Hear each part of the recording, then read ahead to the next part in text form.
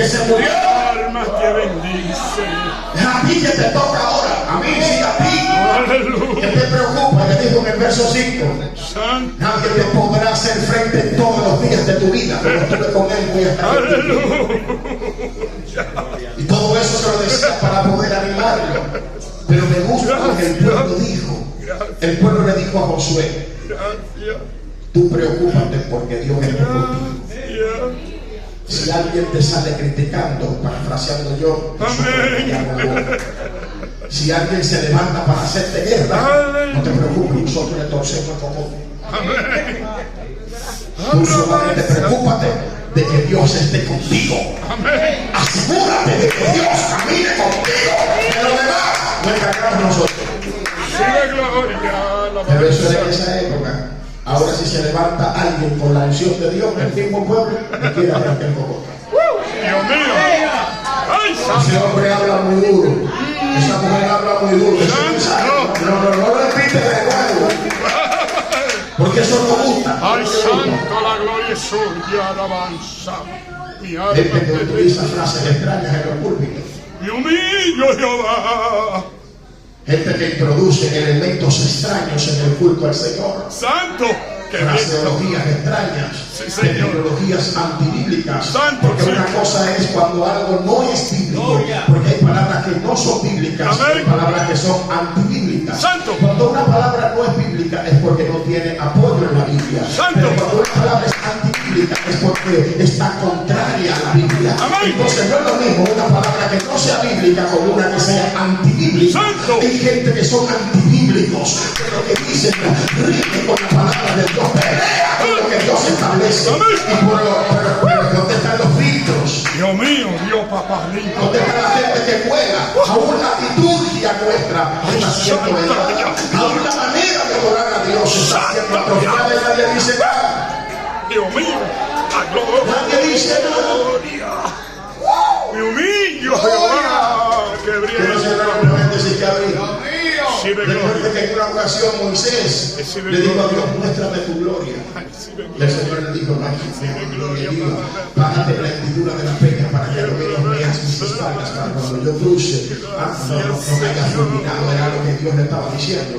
Y ahora hay alguien que canta de que la gloria de Dios salió a lugar. Oiga, ¿cómo usted lo canta? La gloria de Dios salió a lugar. ¿Cómo así?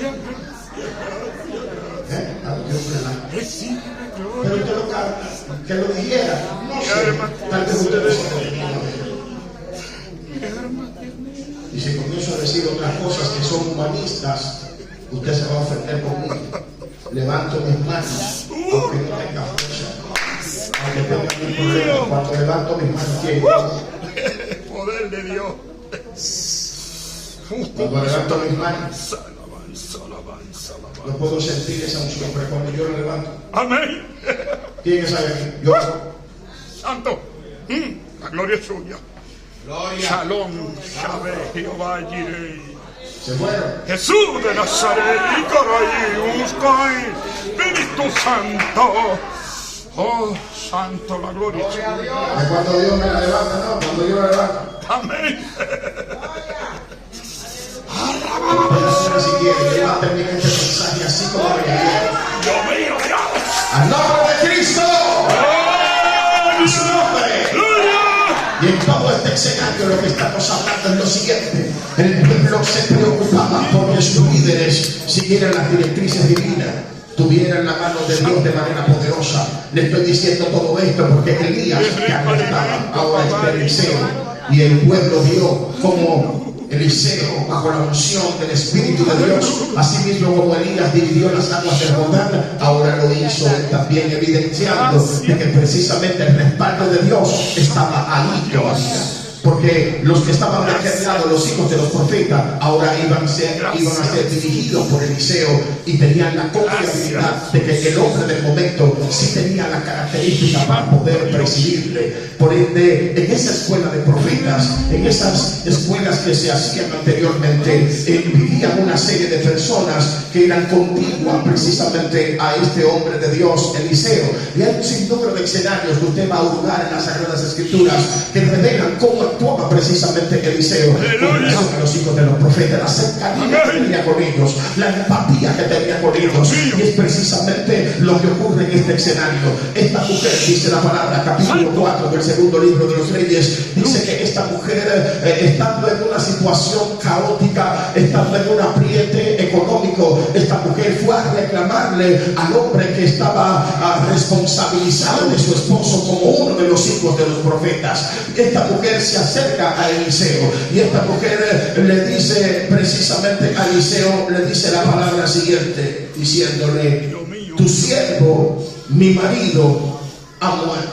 Aleluya. Y le dice a Eliseo: y tú sabes, aleluya, que él era temeroso de Jehová. Amén, gloria. En otras palabras, tú puedes dar testimonio porque es contigo que anda. Es en tu escuela que está, o estaba en el momento. Por ende, tú sabes que mi marido era temeroso de Jehová. Aleluya. Bendito el que viene. Y dice ella: Alabanza. y ha venido el acreedor Santo. para tomarse 2 hijos míos Oh, gloria a Dios. por siervos, porque era permitido por Dios eso en este tiempo. Oiga, papá lindo.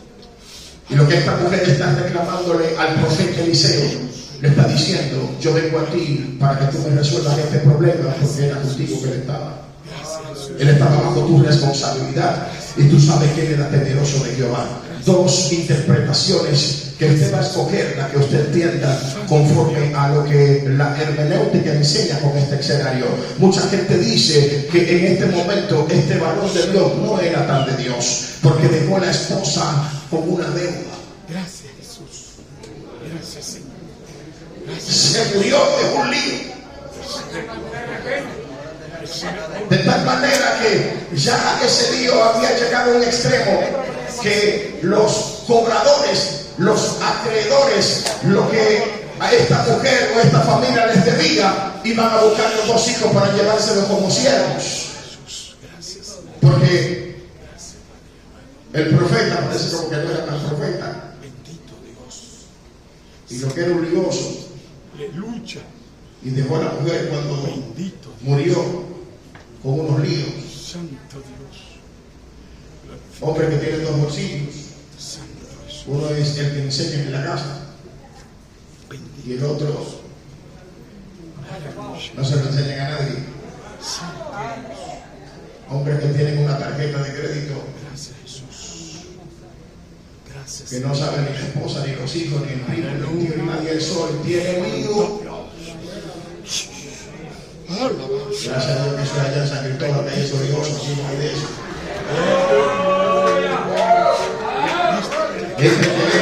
Hombres que entran a la casa con una lavadora nueva y eso, tranquila, que Dios está orando. Después ya que la cogieron con la misma tarjeta. Hipotecan la casa. Aleluya. Tienen la casa financiada, el carro financiado, los muebles financiados. Y si parten de la tierra en esa condición, hay de esa pobre. Aleluya. Que de repente van a Ay, llegar y van a decir: santo. monten los muebles, monten el televisor, apaguen el aire. ¿Y qué fue? No, pero ese hombre debe todo. Gracias, Jesús. Bendito Dios. Yo Ay, estoy poder. especulando en este sentido para que usted entienda lo que quiero hablarle de parte del Espíritu de Dios. Amén. Gloria a Dios. La otra interpretación es Santo Dios. que sí era un siervo de Dios este varón. Gracias, Jesús.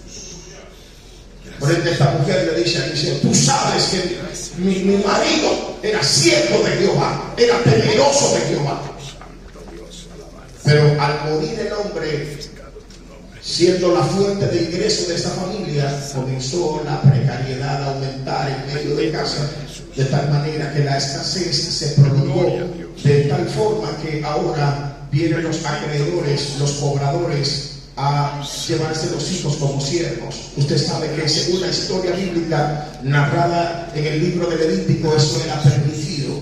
Cuando alguien se introducía en una deuda que no podía pagar, entonces se permitía, según la normativa de Dios para el pueblo, que un familiar sirviera a esa persona hasta que le pudieran pagar la deuda. Si la deuda no se pagaba, pues entonces esa persona se quedaba sirviendo en esa casa hasta que la deuda se pudiera pagar. ¿Cómo se pagaba la deuda? De dos maneras: que esa persona consiguiera dinero, mi alma te alaba, o que se presentara un redentor. Gracias, Señor Dios. Así llama la palabra de Dios a aquellos que saldaban las deudas que otros no podían pagar, pero habían requisitos para que pudieran pedir. Número uno, tenía que ser un familiar cercano o lejano. Y número dos, que tuviera los recursos suficientes. El tercer punto era un punto distante, que era que esa persona que estaba en calidad de redentor, esa persona tenía que estar consciente de que esa persona no le iba a devolver el pago realizado. Tenía que hacerlo por amor, sabiendo que esa persona, si está endeudada, es porque no puede pagar. Y si pagas la deuda, tiene que estar consciente de que no te van a devolver el dinero porque no hay.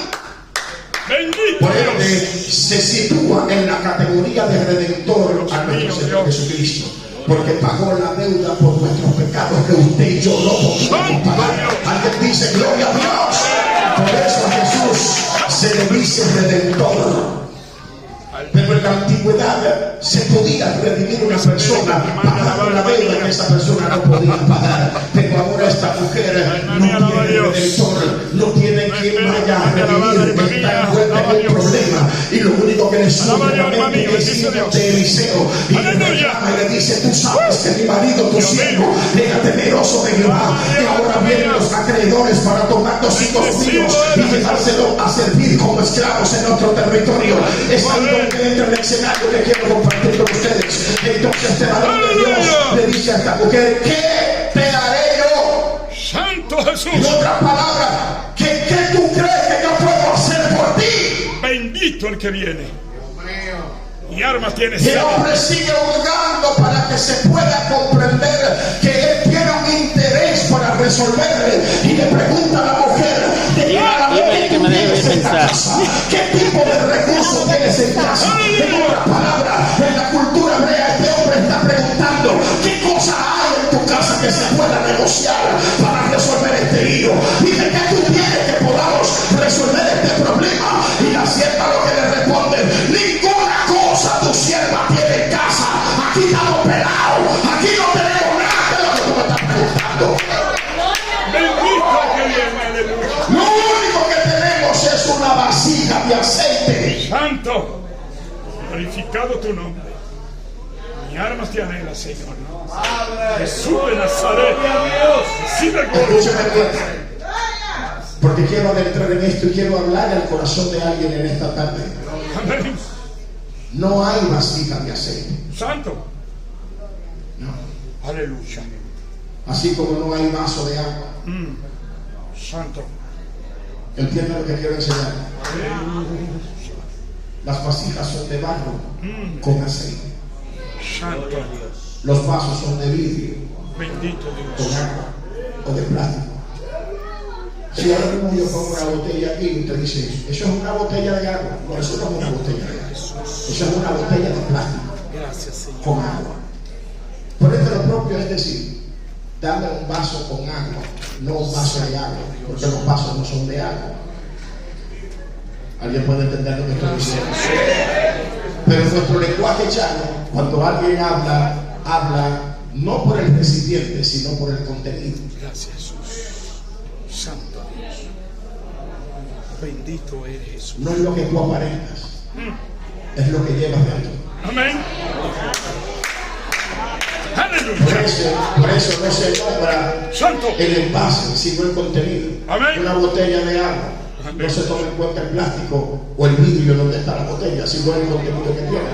No se dice una vasija con aceite se dice vasija de aceite, porque el contenido es lo que importa, no el recipiente. Por eso las escrituras dicen: por eso he puesto este tesoro en una vasija de barro, para que la excelencia del poder sea de Dios y no de nosotros. ¿Alguien está entendiendo lo que estoy diciendo?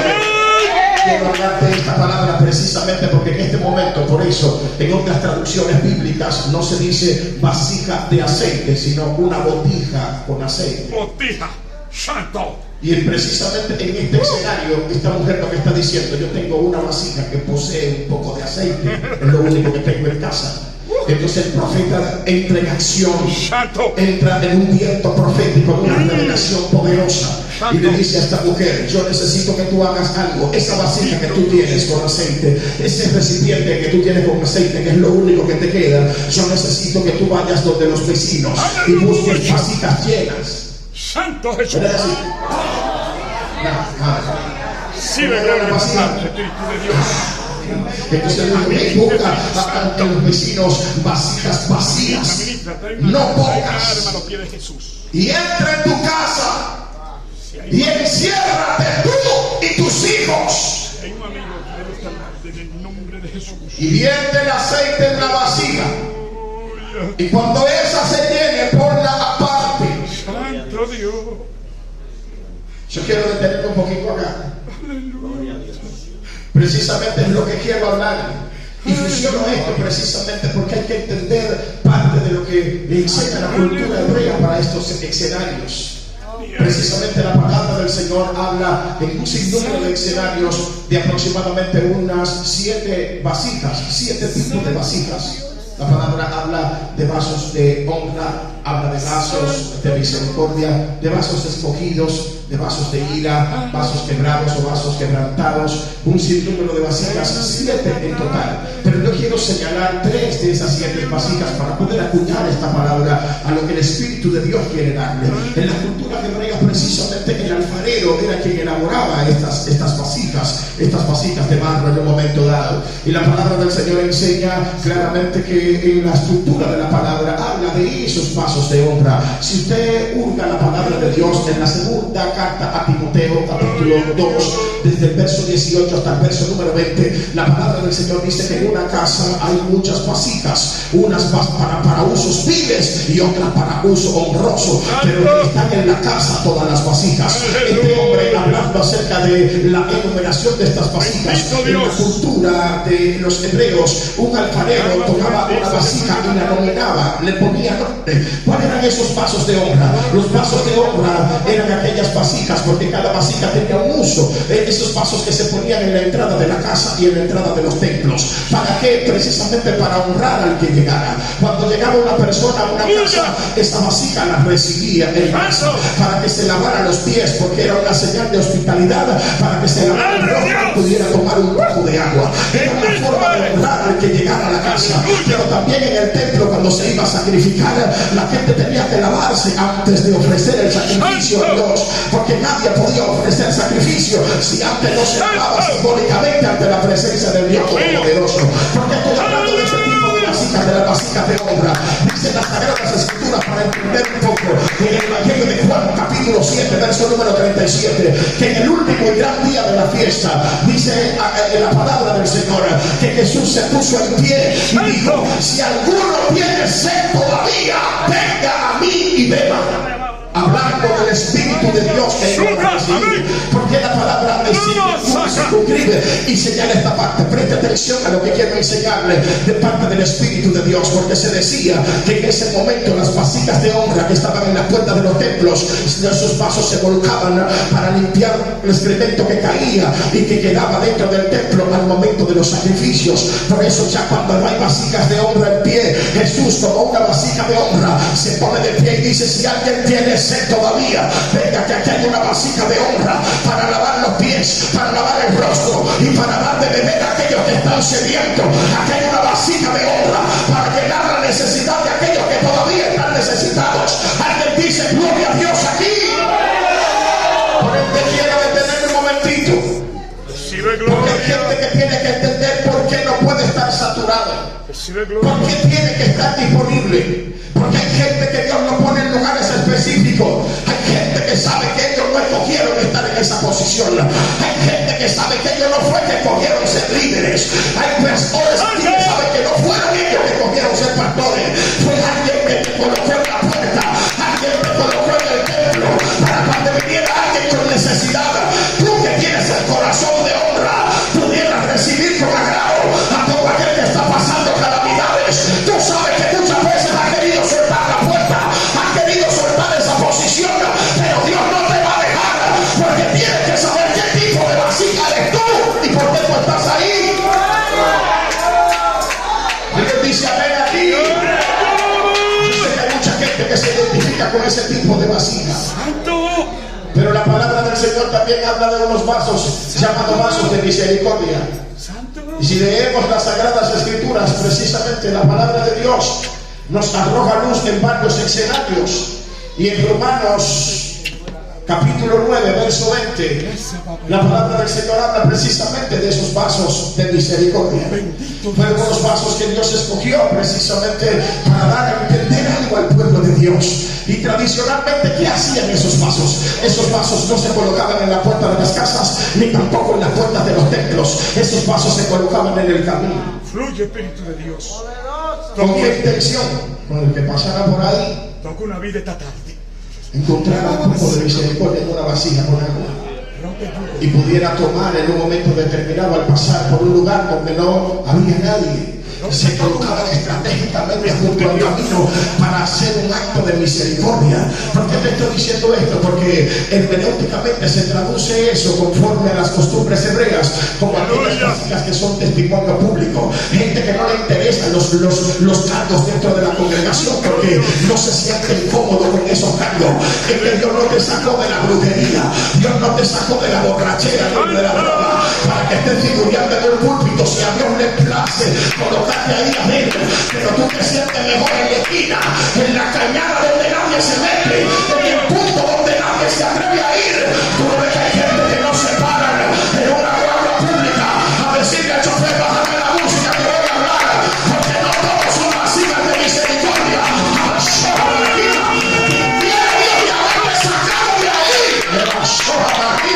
Por eso que no te da duro avanzar en indigente. No importa si está trabajoso, no importa si está sucio, tú te estrujas con él, te junta con él, lo abraza, le da de comer, porque tú sabes que de ahí te sacó Jehová. Eres un testimonio público de que Dios hace milagros. Eres un testimonio público.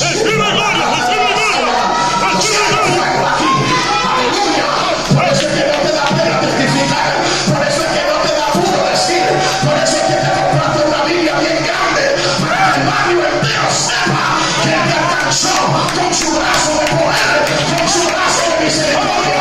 Por eso es que el brazo de misericordia el diablo no lo soporta, no lo aguanta, porque cada vez que te pasea por el barrio, aún sin hablar, la gente dice: pero es verdad que Dios ama. Dios mío, la gloria es suya. Esas vasijas están para dar de beber a quien nadie se atreve a dar de beber. Amén. Santo. Por eso cuando le dan un cargo en la iglesia dicen: ¿para qué me metieron en eso? Bendito Dios Jesús. A mí búscame con mi paquete de tratados, Recibe gloria. con mi megáfono y sin el plato, los chiates de Cristo viene. Amén. Debajo del semáforo en la esquina, haciendo un lío por aquí, haciendo un lío por allá. Por eso el líder tiene que saber el tipo de vasija que tiene en la casa para poner a cada vasija en el lugar donde funciona. Alguien dice: gloria a Dios aquí. Pero a veces queremos tener una gente porque se esfuerza mucho en un cargo en la iglesia, pero es que él se siente como en la camisa con cebada y está diciendo: pero déjeme moverme, yo aquí no me sé mover con teta ética, teta ética. A mí suélteme en la esquina, a mí suélteme en la cañada, a mí suélteme en el barrio, a mí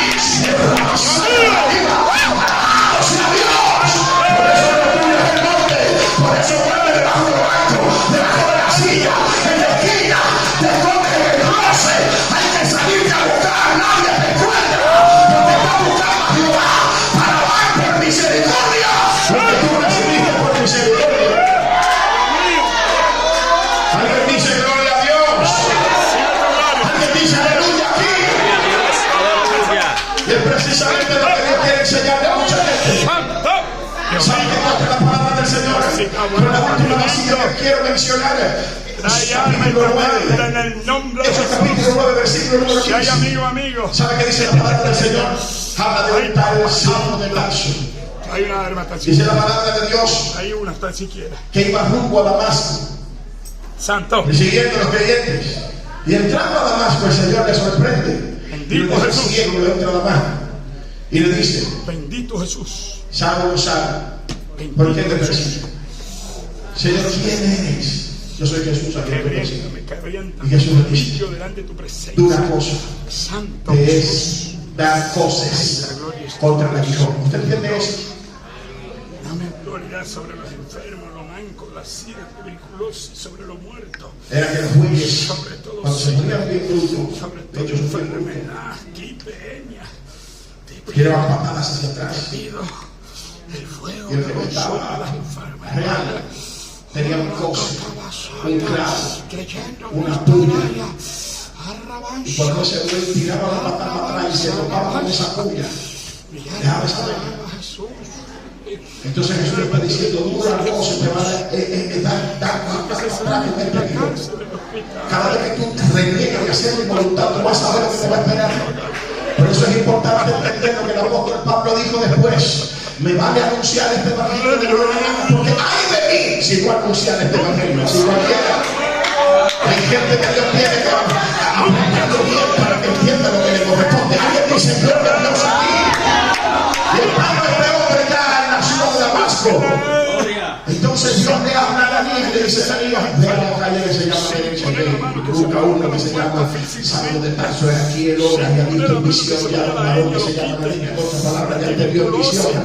Y ve cuando tú le pones las manos y recibe el Espíritu Santo y recibe la vista. Así que ven, Ananías comienza a decirle al Señor: pero Señor, no he oído muchas cosas, hombre, eso es un problema. Entonces Dios le dice en el verso 15: ven, porque instrumento escogido es este para llevar mi nombre ante los reyes y demás. Aleluya. Aquí la palabra instrumento Gracias Jesús. es la palabra vasija. Él Gracias está Jesús. diciendo: "Ve, porque es una vasija escogida". Gracias Señor. Y para poder entender esto, usted también tiene que irse a la costumbre hebrea. ¿Qué era una vasija escogida? Amén. Una vasija escogida era aquella vasija que hacía el alfarero. Amén. Y entre tanto estaba en las ruedas, le quedaba esa vasija perfecta, hermosa. Entonces esa vasija el alfarero no la ponía con las demás. Santo. Bendito Dios. La ponía en un lugar reservado, oscuras. Amén. Y Gloria a antes de Jesús. guardarla, en la parte de abajo le ponía su nombre. Wow. La autografiaba para que Tremenda donde quiera que palabra, llegara esa papá. vasija, la gente supiera quién la hizo. Santo. Y él la guardaba en lo oscuro para un evento especial. Amén. Porque de repente venía maestresala y le decían al alfarero: tú tienes una vasija porque tenés un evento especial, hay unos invitados especiales. Dios mío. Entonces el alfarero no iba a la vitrina porque Santo. estaba todo el mundo exhibiéndose. Iba a la oscuridad. Por eso hay gente que tiene que saber que no puede estar peleando con Dios. No. Deja a toda esa gente que tenga en su vitrina. Que Aleluya. tú no eres de vitrina. Alguien Aleluya. tiene que entender lo que yo estoy diciendo de parte del Espíritu de Dios. Santo. Por eso es que no ha llegado tu tiempo. No es que Dios no te va a usar, es que tú estás en el secreto. ¿Tú me entiendes? Es que tú me entiendes que estás en la oscuridad.